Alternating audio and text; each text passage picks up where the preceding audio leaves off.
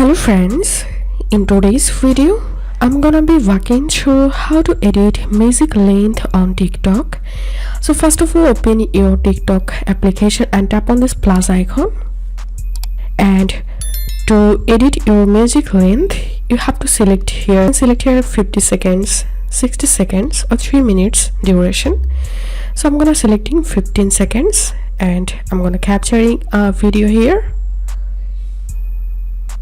and tap on add sound.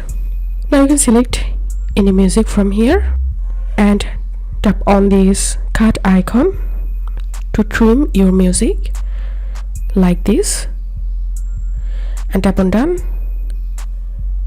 and that's how you can do it. If this video helped you, give a thumbs up and please consider subscribe to how to do it. Thank you for watching.